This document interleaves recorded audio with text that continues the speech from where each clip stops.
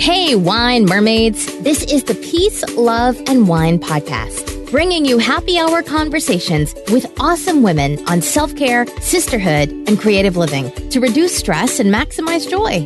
Life is short, so grab a glass and get ready to sip, sparkle, and make a splash. Make sure to visit peaceloveandwine.com and enter your email to receive VIP deals and get your free self-care download. Now, here's your wine sister hostess with the mostest, Tiffany Humfeld. Hello, ladies. Welcome to another day in a virtual happy hour retreat paradise here. I'm Tiffany with Peace, Love, and Wine, and you're watching us on Creative Women, Wine, and Wisdom, how to de-stress, cultivate creativity, and embrace sisterhood over a glass of wine. And my special guest today is Justine Arian, and thank you for being here today. Hey, thank you for having me. Happy to be here. So tell us a little bit about your role now, what you do in your business, and how did you get there? Okay, so I am a women's empowerment and transformation coach, and I know that sounds pretty common these days, so what does it actually mean?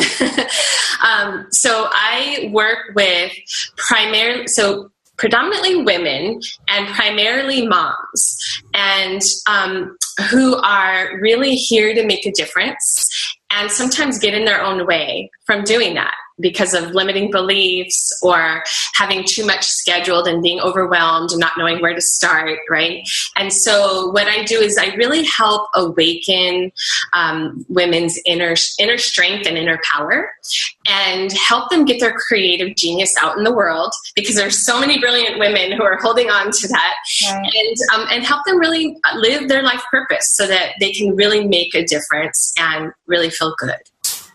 Cool. That sounds like a good thing to do. Yeah, like I love the theme of this whole event here.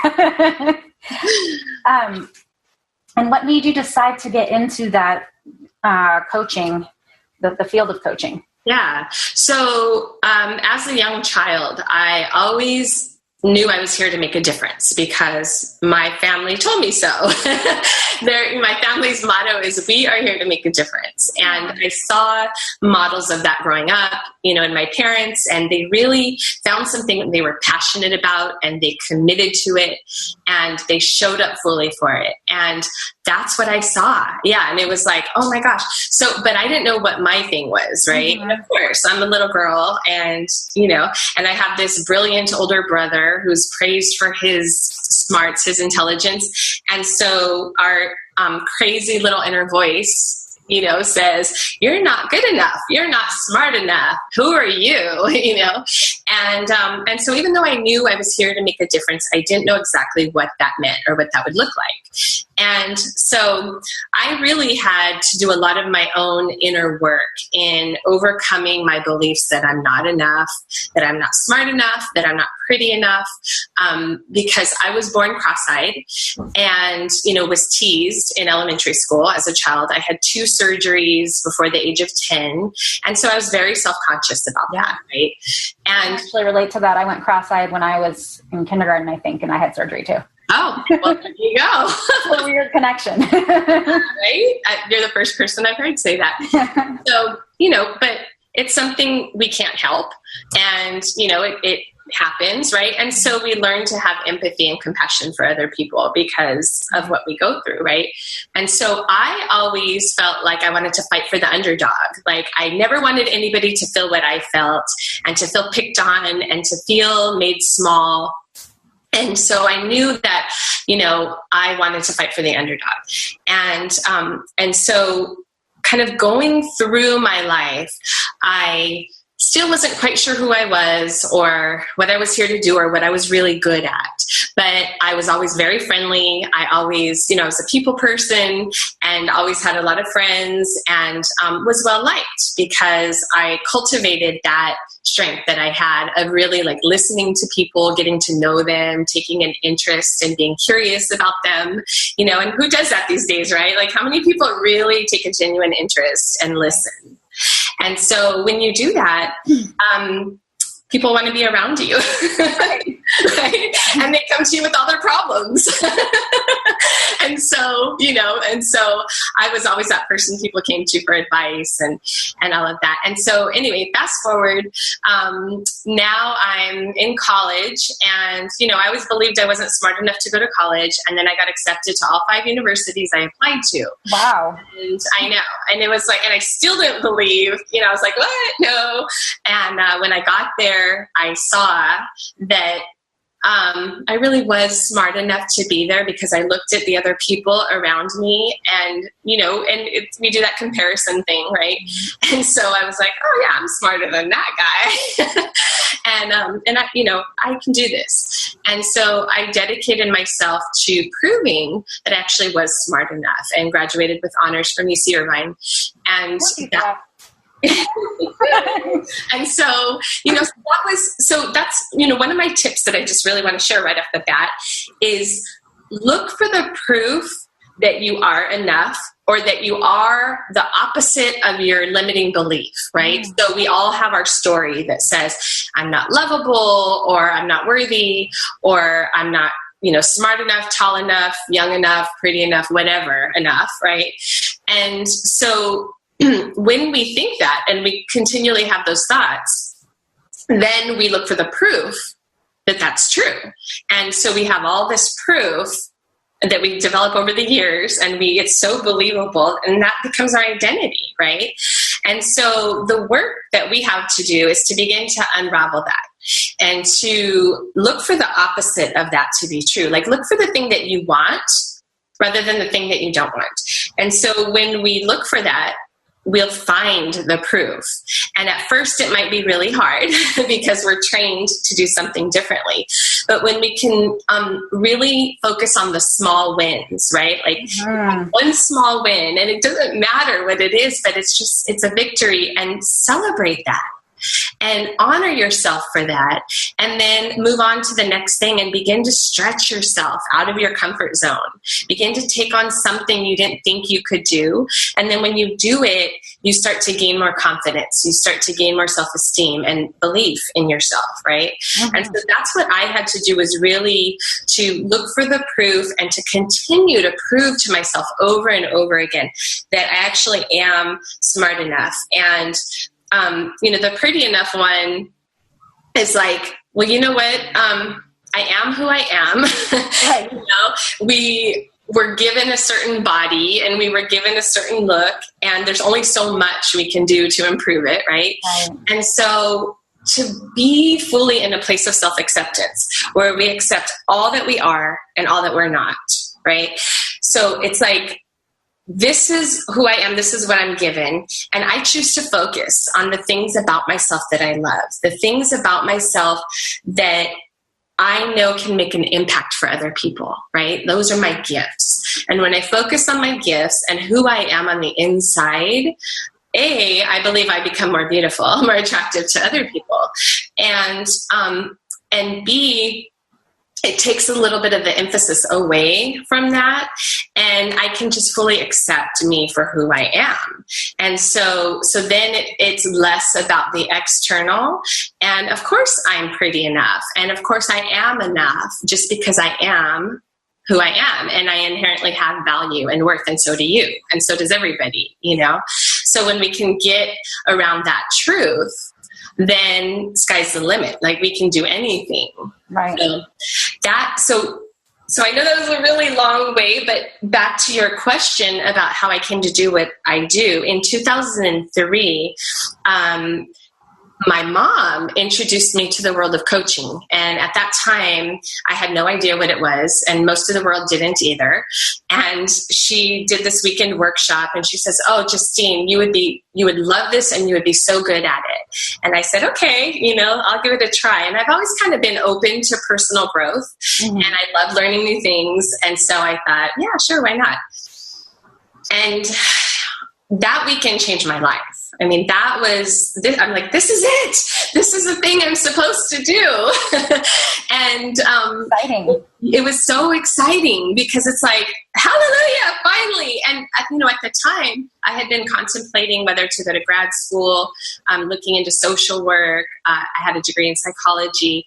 And so, I was really looking at what do I want to do? What's next for me? And when I found coaching, it was like, this is it. But then it was like, well, what can I really do with this? It's a new field. It's a newer field and nobody knows about it. So the way that the thing that really woke me up to my purpose was, 2004, I gave birth to my first child. And, when I became pregnant with her, it was, this time of awakening for me through the pregnancy of really discovering who I am and what do I want and how do I want to bring this child into the world, right? And so it was learning to trust my instincts, my intuition. It was learning to ask the right questions. It was, really getting myself on a path, and then that path led to another path. And I really believe that, and this is another, little nugget that I want to give, is that when we get into action and we listen to our heart and we get on a path, that will determine our best next steps. And we may not stay on that same path, and that's okay because maybe we're not supposed to. Right. But getting into action, so this is for all of you procrastinators and all of you perfectionists and everybody who thinks, I want to get it right before I get into action, or I have so many things I don't know what to choose, right? I had that for the longest time. I wouldn't choose because I was afraid that if I chose, it would be the wrong thing. So then I didn't choose at all, and then I'm stuck. That's silly, right? And so when you choose something, then it informs you like, okay, I'm on the right track or I'm not. And then you can make another choice if you're not, right?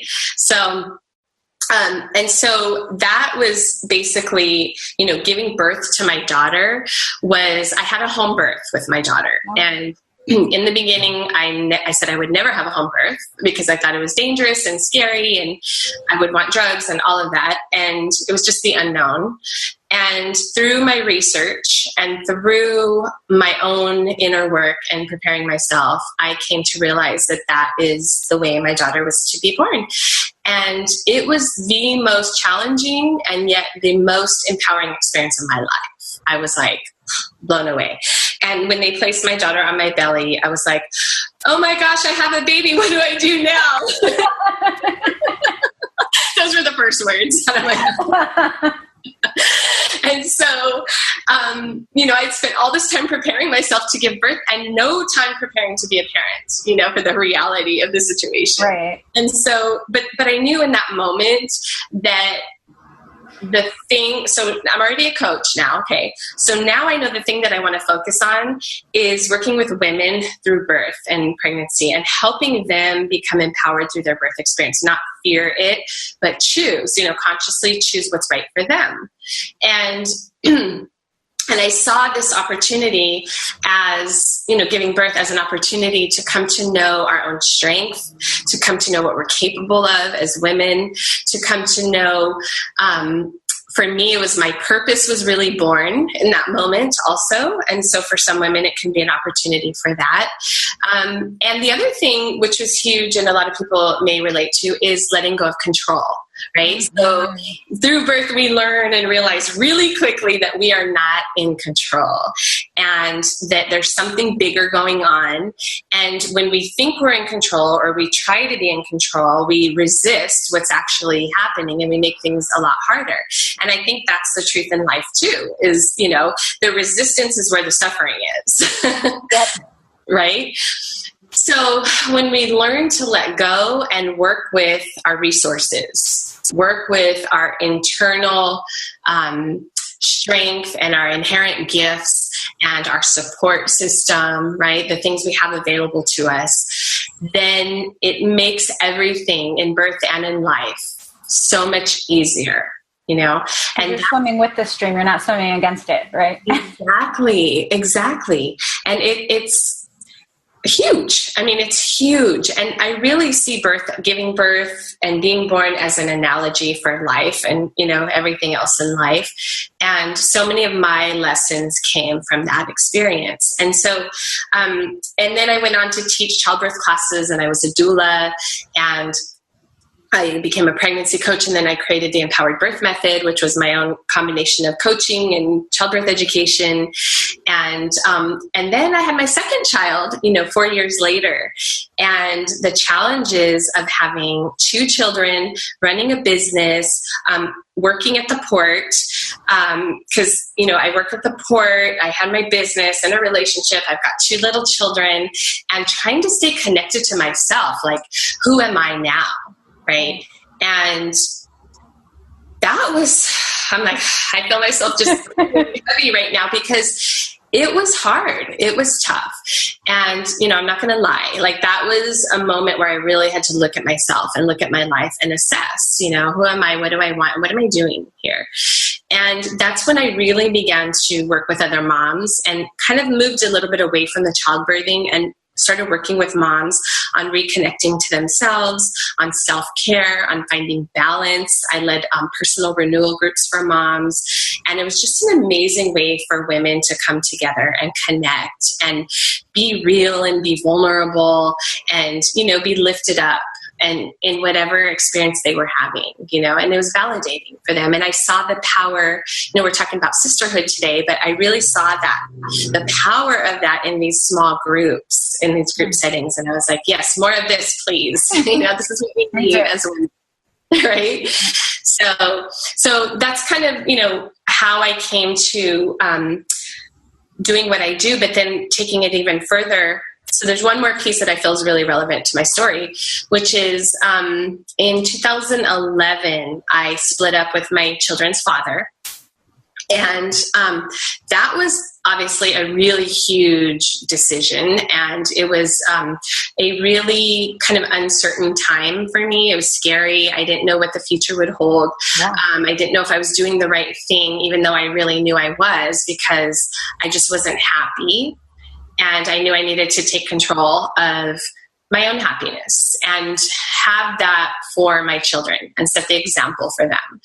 And so, so we split, and I completely put my business on the back burner because I wanted to transition for myself and my children and be really present through that. And I did that for about 2 years. And it was a beautiful thing because we all were, I did a lot of personal work on myself, looking at who am I now? What do I want? What's next? I got myself into a really great place. I felt really strong and really good and optimistic. And my children were really well adjusted. And so it worked, what I did, and trusting that instinct, it worked. And then I was like, okay, I'm ready to jump back into my business, but now what? And I decided I really wanted to work with entrepreneur moms, with change makers, visionaries, and even men. Like, I started working with just whoever in that realm. And then I started the Multipassionate Moms Club. And it's this beautiful community of women who really are here for something bigger and care so much about being great connected moms, and also really are looking for that community of other like-minded women and having that support so that they don't feel alone, so that they can see that other people are having struggles and challenges similar to theirs, and encouraging and lifting them up, because when we do that for other women, we feel good and we feel better about ourselves. And then also receiving that in return. And, just really having this beautiful, mutually beneficial relationship. Just really, we all need a place to land where we feel safe and we feel like we can be ourselves and not be judged, and that we can be lifted up by other people. Because I think oftentimes we as women are sitting in our homes and feeling like we're the only one who's going through a particular feeling or thought or situation, right? And we don't talk about it because there's shame and there's, all of that. And so when somebody else is vulnerable enough to share what they're experiencing, it can help us identify and relate with them and see that we're not alone.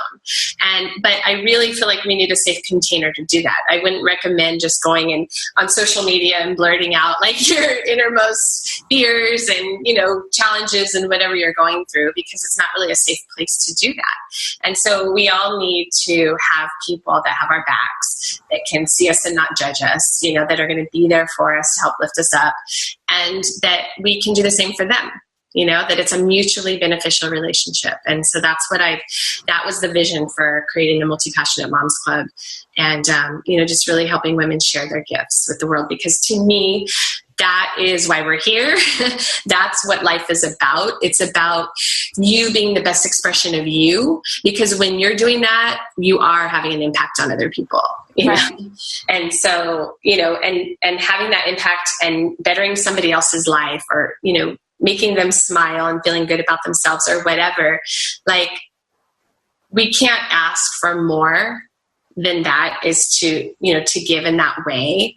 And when we do that, there's that ripple effect, and then the world is just a better place. And I know it sounds kind of cliche or whatever, but I really believe that when each of us is fully alive in our passion, and it's such a great thing that we all have different passions, right?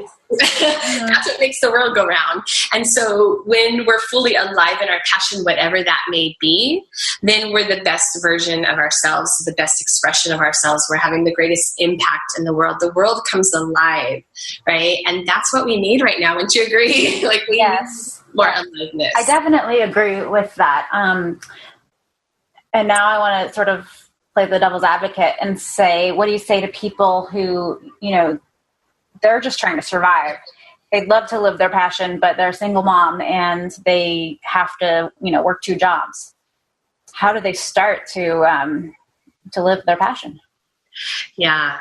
So there is the reality of, I need to take care of the day-to-day. I've got to pay the bills, right? I've got to make sure my children are taken care of. And, and trying to find time in a day, to do everything that I want to do. And oftentimes I think that we as women, we're such caregivers, we're always taking care of everybody else, and we put our own needs last. And, and we just accept that about ourselves. We just accept that this is the way it is.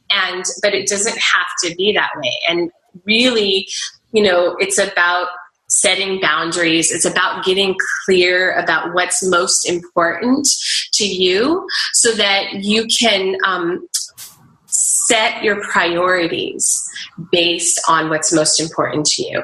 And when you prioritize self-care, right? Like, for the working mom who has 2 jobs, who's a single mom, right? Like, it's so critically important that she focuses on self-care. And it might seem like a luxury to do that, but it's actually a necessity. It's like, if you can't find ways to nurture yourself and fill up your cup, you're not going to be any good to your children. You're going to be burnt out. Your health is going to suffer. You're not going to be happy. You're going to feel off balance. All of these things, there's going to be stress, anxiety, all of these feelings that we don't want to have. Right. And those, in my opinion, can be remedied with a really nice glass of wine.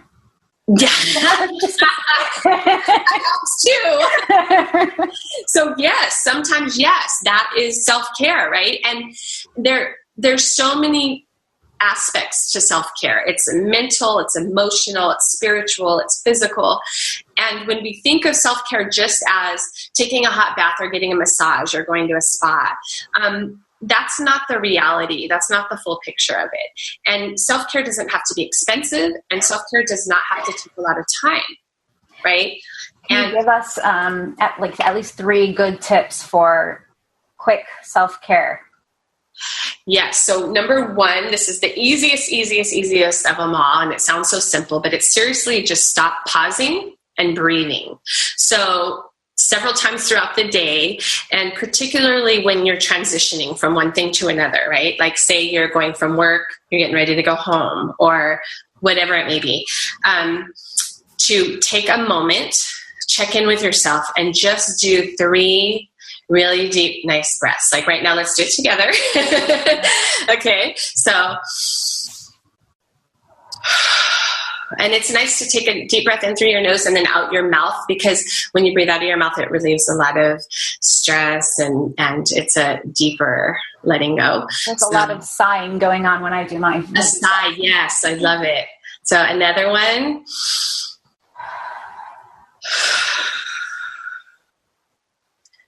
And one more.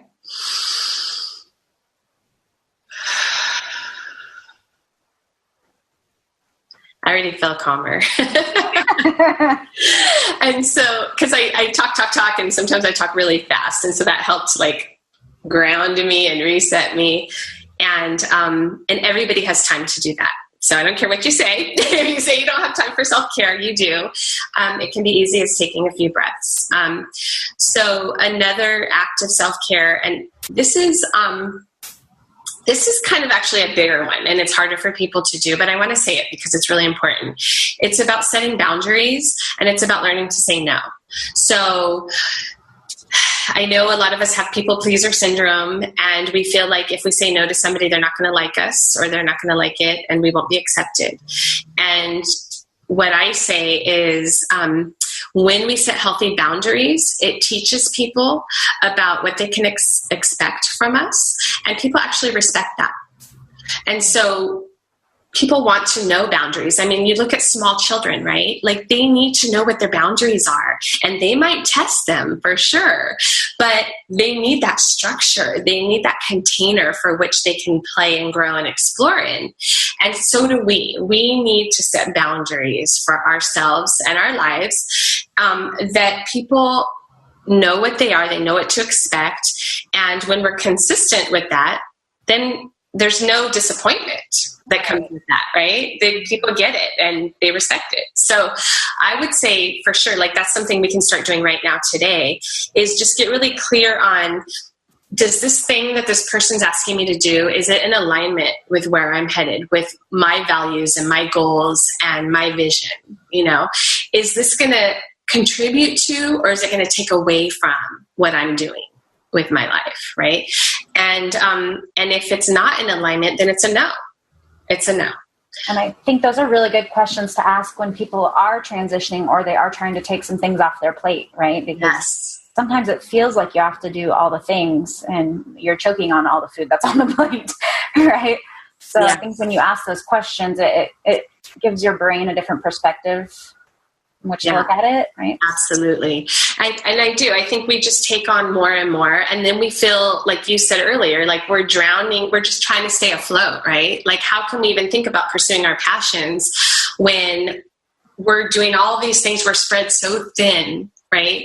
And so self-care, say no, set boundaries, get clear on what your values are. And this is, for a lot of people, like people understand intellectually what that means, you know, what values are. But when you actually dig in and uncover what your values are, because they're really unique, yours are unique, then you can share certain values with other people, but the meaning of those values are going to be different for you than they are for the next person, right? And so when we talk about freedom, or we talk about connection, or, you know, some different values, for me, you know, like freedom to me is the ability to choose whatever in any given moment. It's like I can take a trip if I want to take a trip. I have financial freedom. I have time freedom. You know, these are the kind of things that are really, really important to me with freedom. And that might look a little bit different for you or for the next person in terms of what freedom means to them. And so when you're really clear not only about what it is, but why it's important to you, like what is the significance of that for you, you get to the heart of it. And when you get to the heart of it, it's actually, there's a big emotional attachment, right? It's this place that is emotionally charged for you when you understand your why. And when you understand your why, which is why this value, this word that really is full of meaning, is important to you. And so when you have that level of clarity, and what I do with all my clients, we start with values, and I help them come up with their top 10 values list, because at any given time, you want to have this list where you know it by the back of your hand, it's in your view, you can see what your values are, and then you can look. Whenever I'm feeling off, I look at, okay, what values am I stepping on right now? Which values are not being honored in my life, and in what areas? And then I can bring that back in by making a choice and setting a new priority, right? So I can go, so for me, let me give you an example, because that sounds kind of, so one of my number one values is connection, okay? And so when I feel disconnected, or when I feel off, right, and I feel like there's a disconnect, I get sad. I don't feel good. Everything feels kind of off for me. And so I look at that and I go, okay, where am I feeling disconnected? And sometimes it's immediately obvious, and other times I have to dig and go, okay, what's going on here? Like, why am I feeling this way? And, using our feelings as a guide for what's going on. And so then, say if it's with, one of my children where there was a disconnect, or with my partner, then I can go, okay, I'm feeling disconnected. So what do I need right now? I need to reconnect. So what's that going to look like for me? How do I do that in a way that feels really good? And just by asking myself those questions, because I know what my value is and I know what's causing that angst for me, then I can make one little tweak that's going to shift me back into alignment with my value. And then I feel good again. All of a sudden, it's like magic. I'm like, woo, yeah, I feel connected. I feel good. And when I'm connected, I feel on fire. I feel alive, and that is the beauty of knowing our values, because they bring that aliveness to us. And when we're honoring our values fully, we feel fully alive. And so that's what I would say is, if you're feeling like you're just getting by, or, you don't have a lot of joy in your life, or you're feeling off, get really clear on what your values are and bring them into alignment. Look at in what areas, with your health, or with your relationship, or maybe your business or career, your finances, what areas can you bring your values more fully into being, so that you come more alive?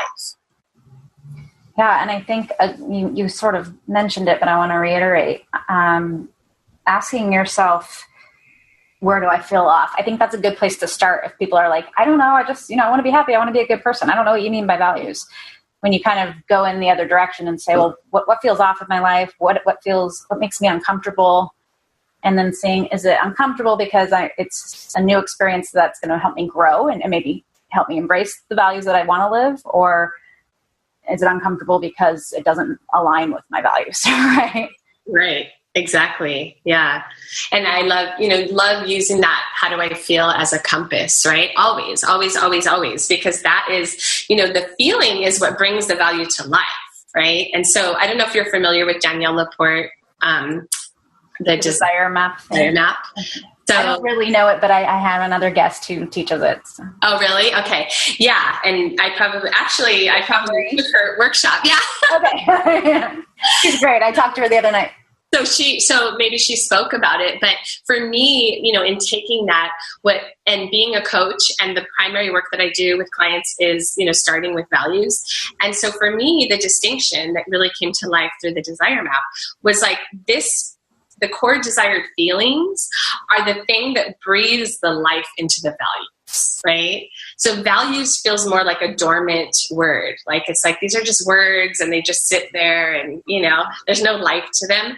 But the core desired feelings, now that is like, that brings the aliveness to the values. And so when you get clear about how do you want to feel, then, and then you can create an environment that supports you in feeling that way, then you're on fire, Yeah.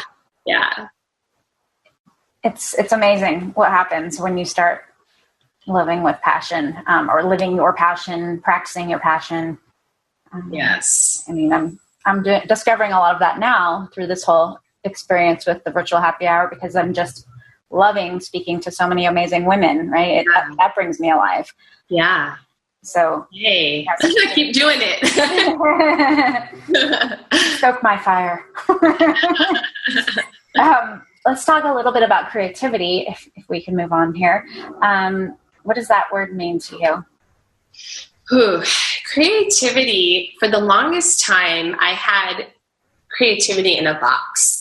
And it was like, I'm not creative because I'm not artistic, And I think a lot of people, assign that meaning to it, where it's like you have to be artistic and you have to be able to draw or paint or whatever to be creative, or you have to be a crafter,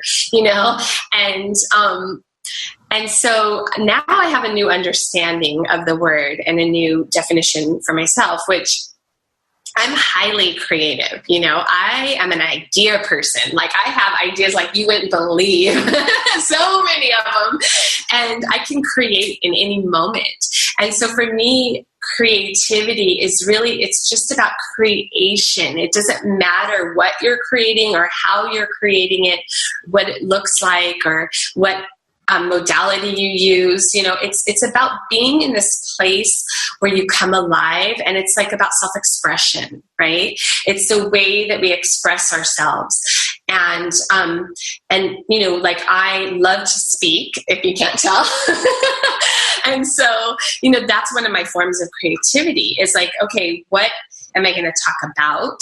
And how do I express myself in a way that connects with other people, right? That resonates. And that's creativity.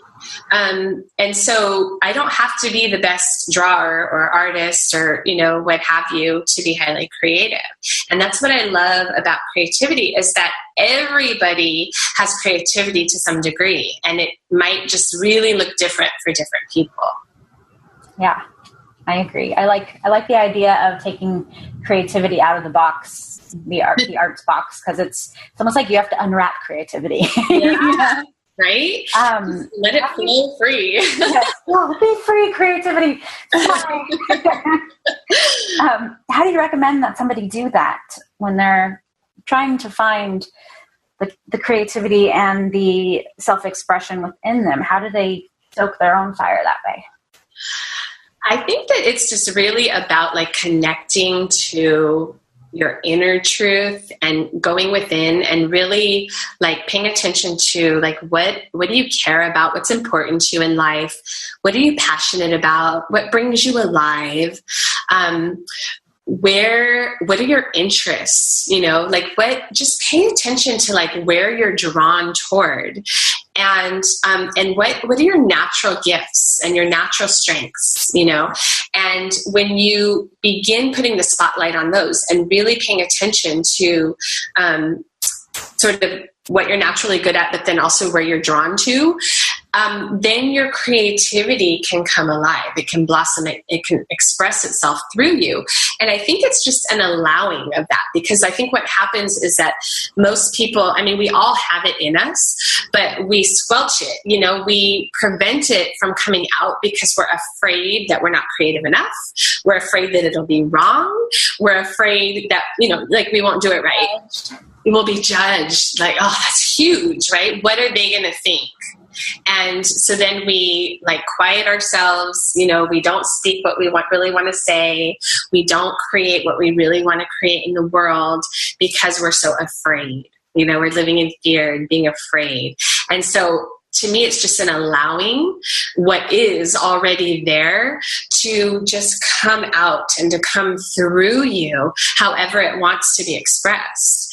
And there's no right and there's no wrong. So it's really about like letting go of judgment, of self-judgment, and letting go of perfectionism and letting go of it having to look a certain way, right? Mm-hmm. And we can just go inside. Like everything starts from the inside. And when we spend more time with our inner selves, get to know ourselves better, and just accept ourselves for what's there and begin to appreciate it, then we're going to allow that to grow and to expand and to come out. And really, that's what our true gifts are anyway. And that's what we want to share with the world. Mm-hmm. Feels good. Yeah. Well, let's get to the gift you have for our ladies, because we are we got to wrap it up here. Okay. Darn, it's already over. I know. It's like, can we go another hour? Okay. So yeah, I was thinking about this. There's 2 things I'd like to give. So the first one is, it's a visualization. And I think that, visualizations can be so powerful because it lets us step out of that box that we were talking about, and it allows the creativity to come in. And a guided visualization is nice because we don't have to do it right or perfect or know what to think next or whatever. We can just allow it to be guided. So I have a visualization that's called meeting your captain. And your captain is just really a higher expression of yourself. And so it's really fun. My clients love it. A lot of them have really felt like what they've gotten from it is peace, a sense of peace, of feeling understood, feeling like they're not alone. And it's like a resource that they and you can use to tap into your creativity, to tap into the truth of who you really are, and to have this captain with you, that it's not just about you, but together you are stronger, right? And so, but everybody gets something different from it, which is beautiful. And then I also have a companion guide that will ask you questions. So after you do the visualization, you journal about it, and it kind of helps you deepen the experience. So that's the one gift. And then this sounds like it's a lot about personal power. I know the captain, right? That's what comes to mind. Yes. Owning your power. Yes, absolutely. Seeing how powerful you are, and knowing that your captain is part of you, is you, and you are your captain, right? And so that gives this sense of empowerment. Yes, definitely. And I would love to hear from you and from, anybody who does the visualization. I would love to hear what comes up for you as you do it. Like, what did you get from it, or what was the experience like? Because I love hearing how it's different for each person. And it helps me also to see what are the benefits of doing this with other people, and I can explain it to people better when, I know what people are experiencing from it. So, and then the second gift that I want to offer is the opportunity to experience my Multipassionate Moms Club, and without any big commitment. So I have a 30-day trial for $1 that I would like to offer, so that any moms who feel like they are passionate about many things, who feel like they really would love to have support and community. We do a group coaching call each month on different topics. We have guest experts every month. We have a Facebook community with daily interaction. I have live events. I mean, there's just so much really cool stuff going on there.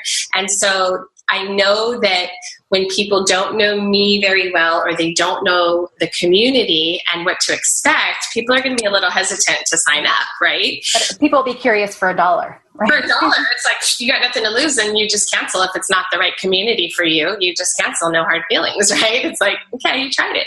So that's what I'd like to offer, because I am expanding and growing this community and just looking for more beautiful souls to have together in the sisterhood, to really support and lift each other up and get our gifts out there in the world. Like, this is what I really want, is your gifts out there. It's time. You're ready. You are enough. That's great. One thing I'm really loving about this whole experience is those themes that keep coming up. And it's almost like those are the things that I needed to be reminded of. And also, conversely, I'm asking a lot of the same questions to my guests, but the answers are different also. So there's both of those things. Yeah, that's cool. So I find that really neat. And do you have women from all over the world in your Moms Club? Currently, I just have women on the East and West Coast. So, but it's welcome and available to women all over the world. I'm not sure how the time thing works out, because currently I don't have anyone, from other countries, but definitely anybody is welcome. And it's such a welcoming, loving community. Sounds fun. Yeah. Any final words or thoughts you'd like to leave our ladies with? Yeah.